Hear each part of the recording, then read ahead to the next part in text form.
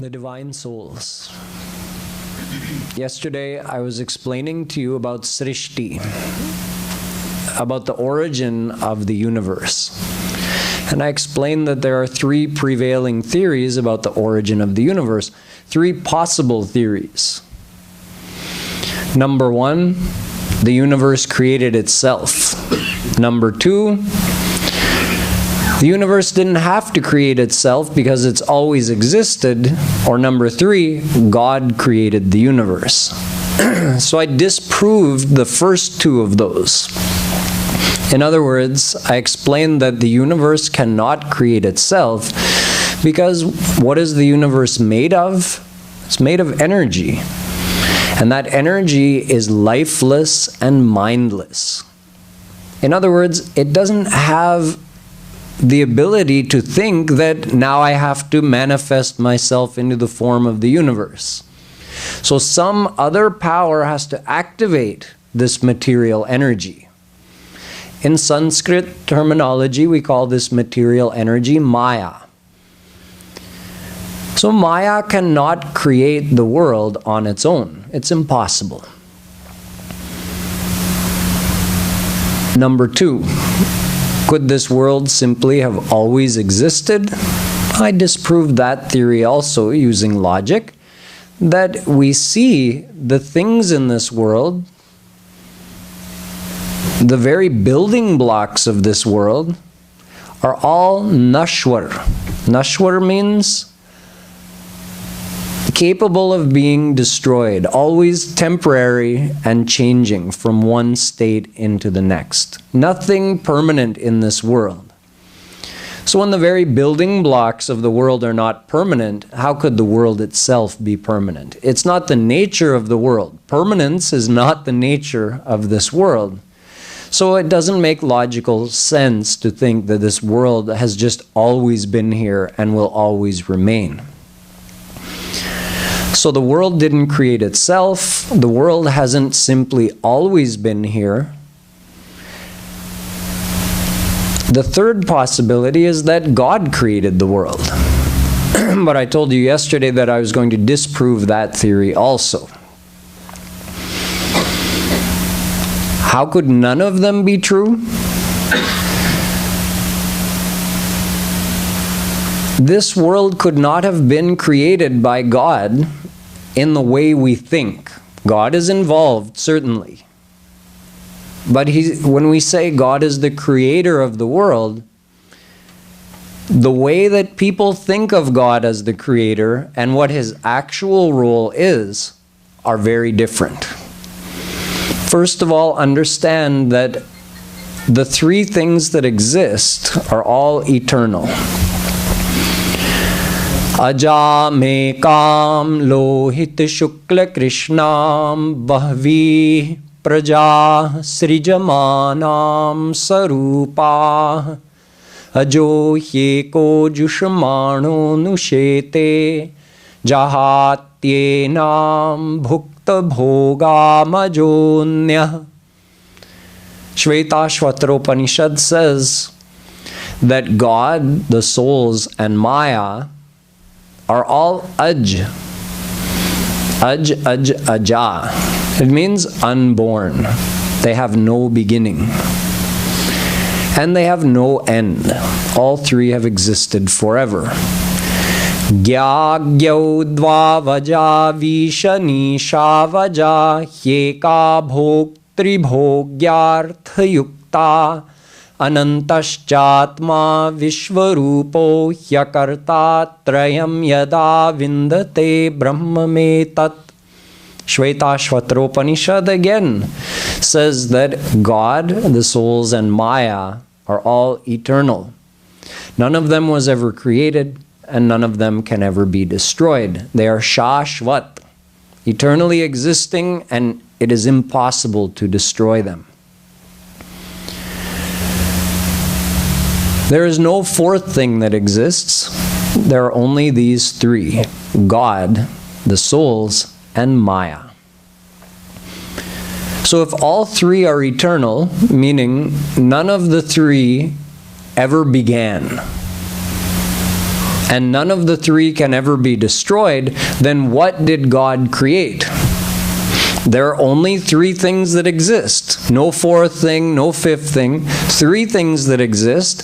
God, He's eternal. The souls, we're eternal. And Maya, it's also eternal. So what did God create? He never created anything, because everything that exists has existed forever. God has existed forever. No one ever created God. The souls didn't create God. Maya didn't create God. And God didn't create Himself, because He's existed forever.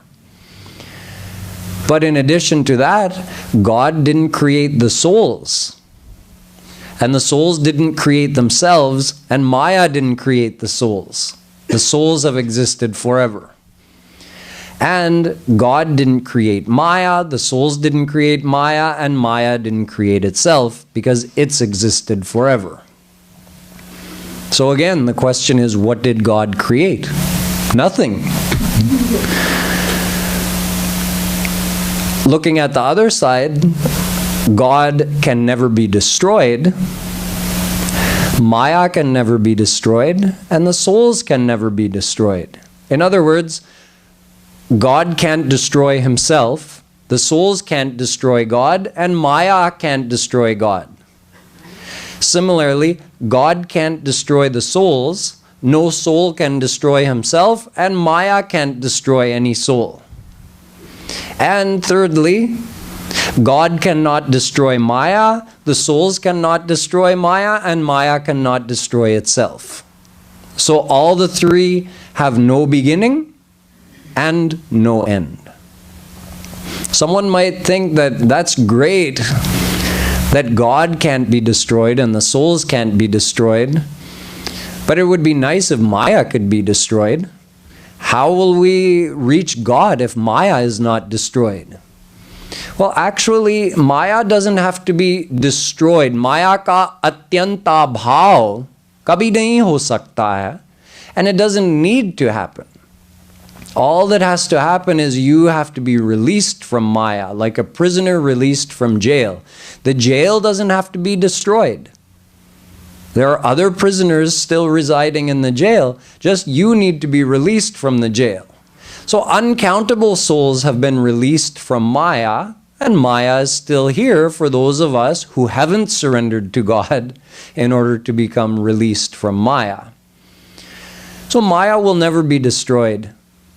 Same thing with God, same thing with us. Okay, this is the first point. The three eternal tattva have always been here and always will be here, so God couldn't have created anything. He didn't create us, He didn't create Maya. Yet we know that this Maya has a cyclical existence. Like I said, everything is impermanent in Maya. So Maya cycles between Srishti and Pralay. Srishti actually comes from the Sanskrit root word Srij Visarge, which means chodana, to release. So how is God involved in the creation of this world? Well, we know He didn't create Maya, and Maya is the upadan karan of this world. In other words, the world is made of Maya. But God is the nimitta karan, meaning He's the instrumental cause. What does He do? He causes Maya to change from pralay to srishti. In pralay, nothing is destroyed. In other words, Maya is still there, but it's dissolved into, you can say, a subtle form, an absolutely subtle form. Like a tree which grew out of a seed and then returns back into the seed. So when it grows out of the seed, that's Srishti. In other words, the physical form of the universe is manifested. And when it goes back into the seed, that's Pralay. In other words, all the physical forms are destroyed, but the energy is still there. It's just in a dormant form. So God is the one behind that cycle. He decides, okay, it's time for Srishti. So he activates Maya and the universe is produced. And then he decides it's time for pralay, and Maya is deactivated, goes dormant, and all the physical forms are destroyed, but the same energy is still there, just waiting for the next Srishti. So since Maya doesn't have a mind of its own, it's not a living energy, it's a Jada Shakti. It's a non-living energy. Just like, you know, electricity, it's a power, but it's non-living. Electricity doesn't have a mind of its own. It functions in an automatic way. Human beings learn how it works, and then they draw on that power. No scientist has ever invented anything new. Just like God can't create anything new, no scientist can create anything new. What do scientists do? They research and they discover pre-existing things and they find a way to bring them out. Electricity always existed. Scientists found a way to make use of it. Nuclear energy has always existed. Scientists found a way to harness that energy and make use of it. But no scientist ever invented nuclear energy. They just discover what already exists. So Maya has no mind of its own to simply make the universe manifest. God has to do something. So what does God do? So kamayat bahusyam praja ye yeti sa tapo tapyat sa tapas tapva idagvam sarvamasrijat yadidam kincha Taittiriya Upanishad. He just thinks and it happens. Sankalpa devasya pitaraha samuttishtanti. Chandogya Upanishad. He just does sankalp. God just thinks the universe should be manifested. Maya should wake up, and it just happens. Ved also puts it in another way. Nishvasitamasya vedah vikchitamasya panchabhutani smitametasya characharam suptam chasya mahapralayah. God exhaled and the Vedas were produced. He looked and Maya was activated. He simply looked at Maya. So dasi raghubir ki. Maya is God's dasi, his servant. So all he does is look like that. Maya khadi ho jati hai, tayar ho jati hai. Acha, Srishti karun. But Maya can't do it on its own. But Maya's ready. God activates. Ikchater na shabdam Brahma Sutra. God looks. He doesn't say anything to Maya, just looks. Maya is activated. Sa ikchan chakre. Ved again says, God just looks. So that's all the effort it takes for God to activate Maya and produce the universe. Not a big deal for him, but no one else could do it. No soul can do it. No Mahapurush can do it. Maya can't do it on its own. God activates Maya. And this is an endless cycle. It has to be endless because Maya never began. So when was the first Srishti? Srishti, remember, means to release. When was the first time God released Maya and the universe was produced? There never was a first time. It's a cycle, right? Like a circle. Where's the beginning of the circle? And where's the end of the circle?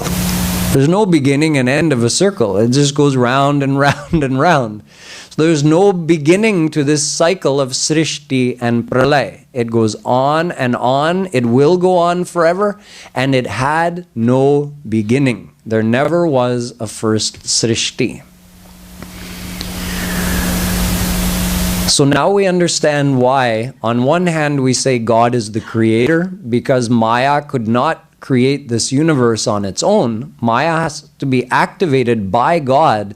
However, God is not the creator in this way that he created something new. No. He's simply responsible for activating Maya, which causes it to go from that subtle, formless state in which it was into this state in which we see all the forms. So nothing new is created and nothing is ever destroyed. It's like if you go out to Long Beach and build a sandcastle on the beach and a wave comes and washes it away, your sandcastle is destroyed. The sand is not destroyed. You can take the same sand and build a new castle. Similarly, when the universe is destroyed, the forms are destroyed, but the initial energy, which is in everything, which is the actual substance that matter is made of, that energy can never be destroyed. It's just dissolved. Like your sandcastle was dissolved, the universe is dissolved. Then again, it's manifested. Like if someone, let's say a boy in the schoolyard, plays a trick on his friends. He has a fast hand, so he sees a fly buzzing around and he catches it. And now it's just buzzing around inside his hand. He's not letting it go. He says to his friends, I know magic. I can make a fly appear out of my fist. I can create a fly. So all the boys say, oh, this is something. Let's see. Bade jadugar aaya. So he pretends to say some mantra, some incantation. He moves his hand around and he opens it and a fly appears. And all the boys are impressed. He really did create a fly. No, all he did was catch it and release it. That's what God does. Catches everything, all the universe enters into him. Then again, he releases it. So this is an endless cycle. Now you understand why we say the universe has not existed forever, because it keeps cycling between this Srishti and Pralay. We also say the universe could not have created itself because it doesn't have a mind to activate itself. And we also say God did not create the universe because what did he create? Maya has always been here. He simply activates it. So from that point of view, we can say he's the creator. Maya dhyakshena prakriti suyate sacharacharam hetunanena kaunteya jagad viparivartate. Gita.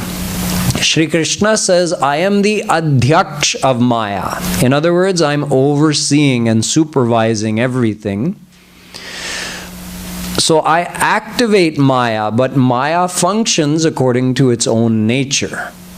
And I keep it functioning like you plug a TV in. So you don't just need the power to initially turn the TV on. The power has to keep running for the TV to keep functioning.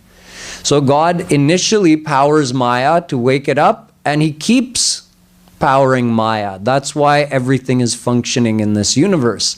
When God withdraws his power, the whole thing, just like the picture on your TV, just goes like that. The whole universe just dissolves when God withdraws his power. So now you understand how God is involved in creation. But there's still this question, this doubt I raised a couple of days ago, about how can this dukkhamaya sansar come from Anandamaya Bhagwan? God is blissful. He is Satchit Anand. He's the very form of bliss. So normally, for instance, the son will have many of the characteristics of the father. A human being is born from another human being. You don't see an elephant being born from an ant, or a rabbit being born from a lion. Lions give birth to lions, rabbits give birth to rabbits, human beings give birth to human beings. In other words, the characteristics are passed on from the parents to the children. So when God is Anandamaya, why is this world not also the form of bliss? We who live in this world every day know from our own experience that this world is not the form of happiness. There's a lot of unhappiness in this world as well. There's a lot of ignorance. God is Jnanamaya. He's the form of knowledge. Yet this world is full of ignorance and full of suffering. How is it possible?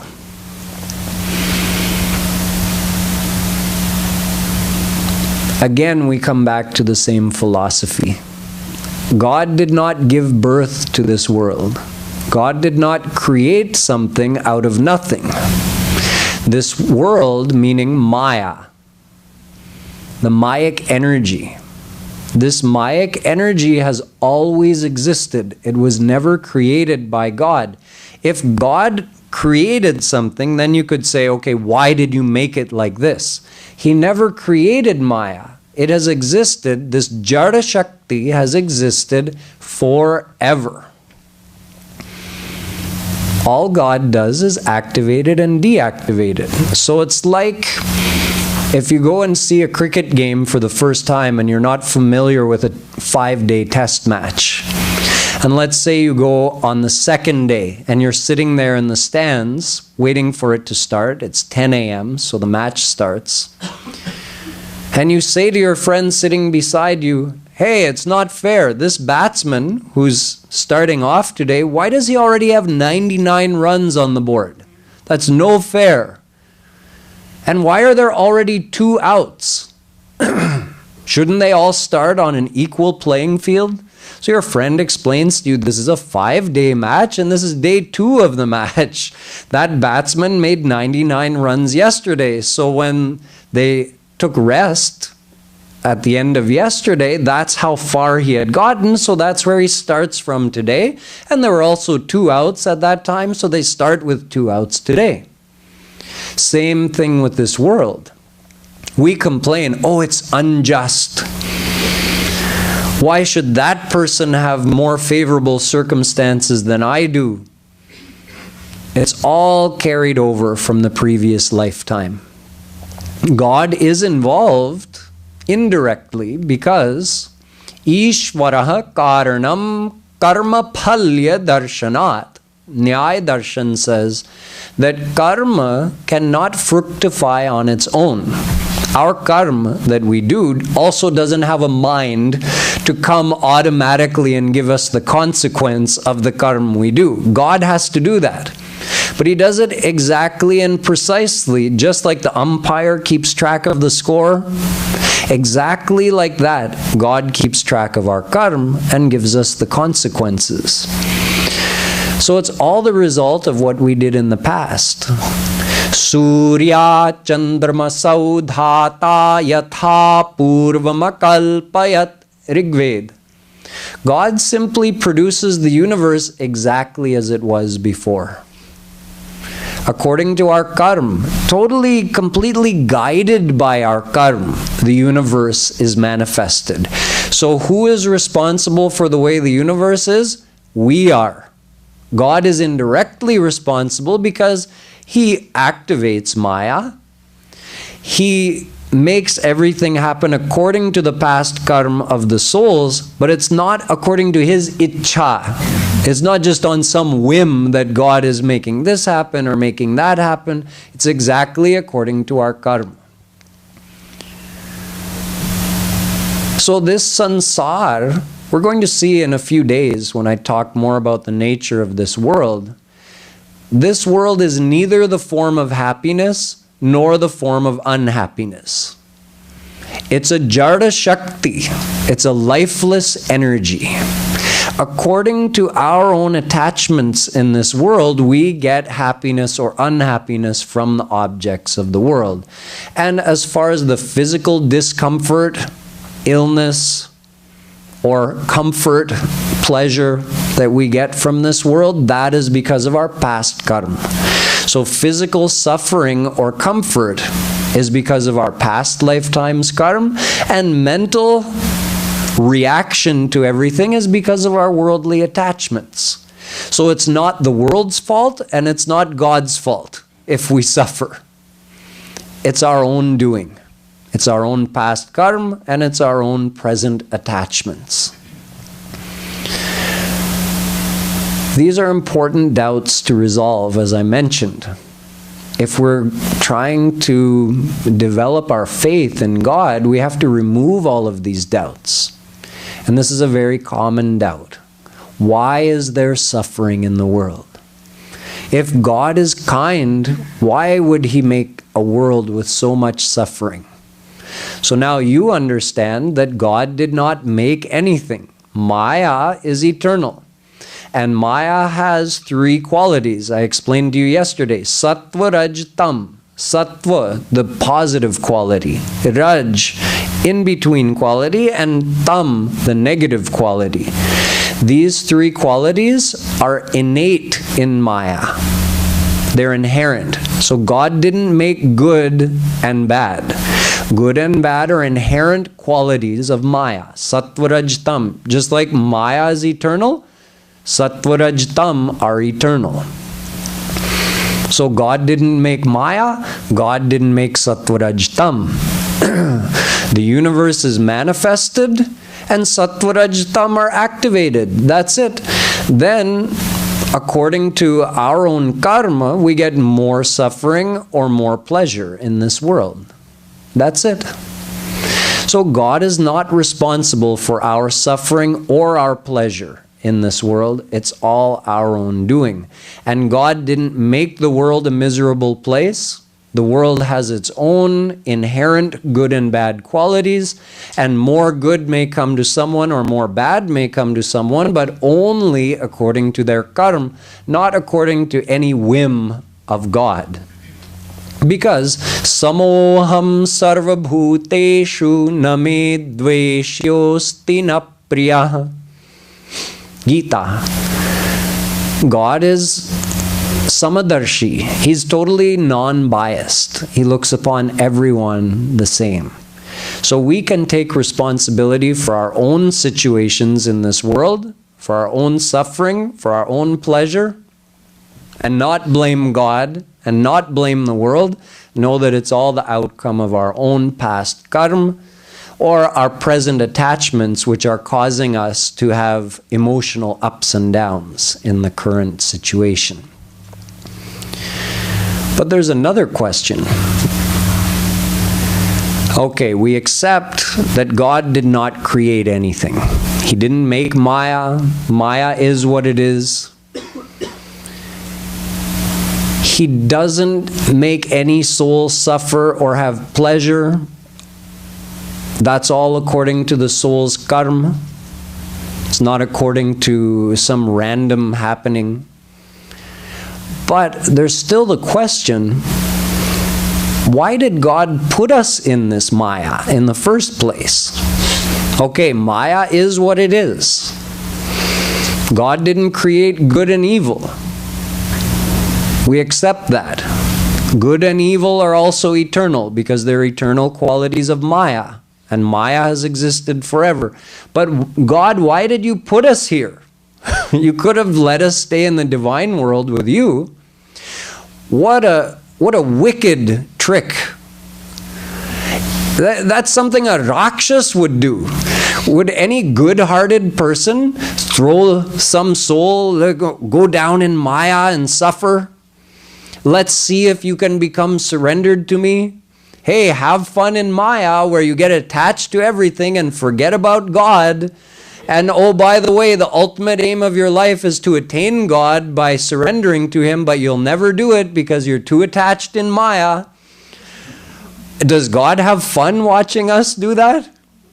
So why did you put us here? That's our next question. We have all of these doubts when it comes to God. And the answer is the same. He never put us here because we've always been here. Our situation is also eternal. Just like God is eternal, Maya is eternal, the souls are eternal. our Mayic bondage is also eternal. Sada pashyanti surayah tad Vishno paramam padam. Ved says, once you attain God, it's forever. Nasa punaravartate, nasa punaravartate. You can never come back under the bondage of Maya after attaining God. So had we ever been God realized, we could never be under the bondage of Maya presently. So since we're presently under the bondage of Maya, it proves that we've always been under the bondage of Maya. And God is not cruel to kick someone out of his divine world and make them become bound by Maya. In fact, he doesn't have the power to do that. Although God is all-powerful, but he is also bound by divine laws. And the divine law is such that once a soul is God-realized, they can never come under the bondage of Maya again.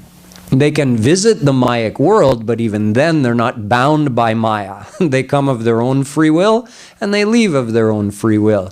And even while they're here, they're still experiencing God, not the sufferings of Maya.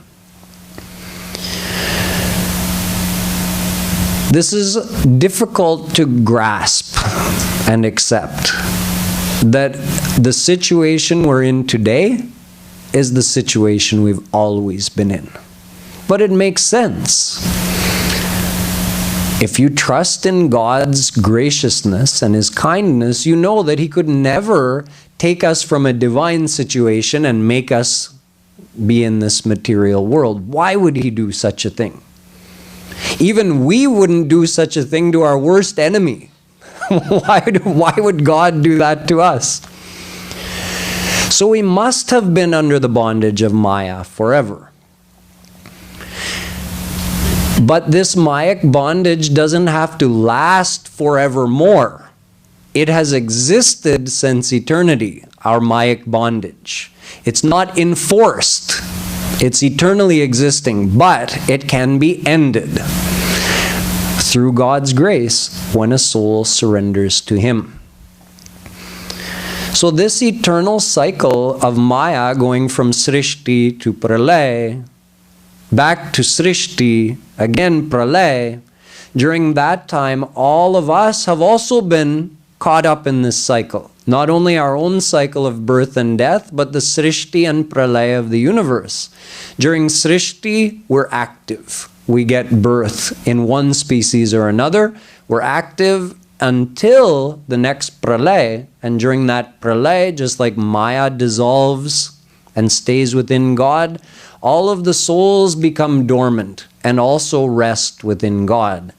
And when the next Srishti comes, according to our past karma, we're given another birth and we go forth. And of course, as you know, only when we're born as human we get the chance to perform actual karma, which is classified as good or bad. So we can go forward or backwards when we get a human birth, or we can become surrendered and attain God. One last question today.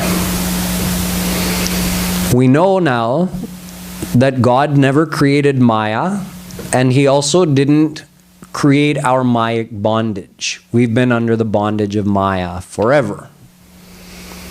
The next question is, why does he do Srishti? Why not just leave everything nice and quiet in Pralay? See, in Pralay, what's the situation?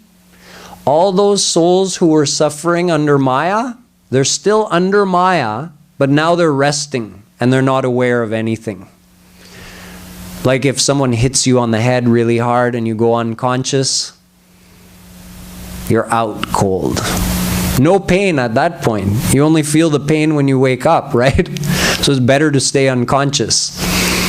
During Pralay, we're all unconscious. We don't know anything. We don't feel anything. Like being in deep sleep. God is still in his divine world, and those souls who have attained God are also actively enjoying bliss in God's divine world. Only those souls under Maya are dormant during Pralay. Why not just leave it like that? Why does God feel the need to activate Maya and cause Srishti to happen? Mukhyam tasya hi karunyam. Shandilya Bhakti Sutra says God's every action is gracious and is for the benefit of the souls. So what possible benefit could we get out of being activated and being made to take birth again in this world in which we suffer so much? The benefit is that we get a chance to be born as human, which is a chance to attain God. So instead of cycling in this birth after birth in 84 lakh yoni in Maya, or resting during pralay, which is not, it's a rest, but we're not enjoying anything. We're not enjoying bliss during pralay. So this is a chance for us to attain bliss. He does Srishti only for that reason, so that the souls will get a chance to be born as human. He'll provide the knowledge of the Vedas and the guidance of the saints, so that the souls know they have to become surrendered to Him, so they can get His grace and get God realized. And when they get God realized, their Mayic bondage is finished forever, all suffering is finished forever, and He gives them His knowledge and His unlimited divine bliss. And that's only possible for a soul to do that during Srishti. So that's why God does Srishti, to give us this golden opportunity which we currently have as a human being. So everything He does is out of His kindness and is only for us. Yet we continue to doubt. We do. But we need this knowledge. We not only need to understand it, we need to retain it and review it in our mind. When you feel a doubt coming up about God, why did God do that? You have to come back to this knowledge, make use of it, and remove that doubt so that your faith in God can continue to grow. There's one more question about souls and Maya, which is, why does Maya have the power to keep a soul under its bondage? God is Chetan, meaning He's divine and He's alive, sentient. And souls are also Chetan, and Maya is just Jada. Maya is a lifeless power. How is lifeless Maya able to keep uncountable Chetan souls under its bondage since eternity? I'll take up that question tomorrow. Boliye Vrindavan Bihari Lal Ki Jai.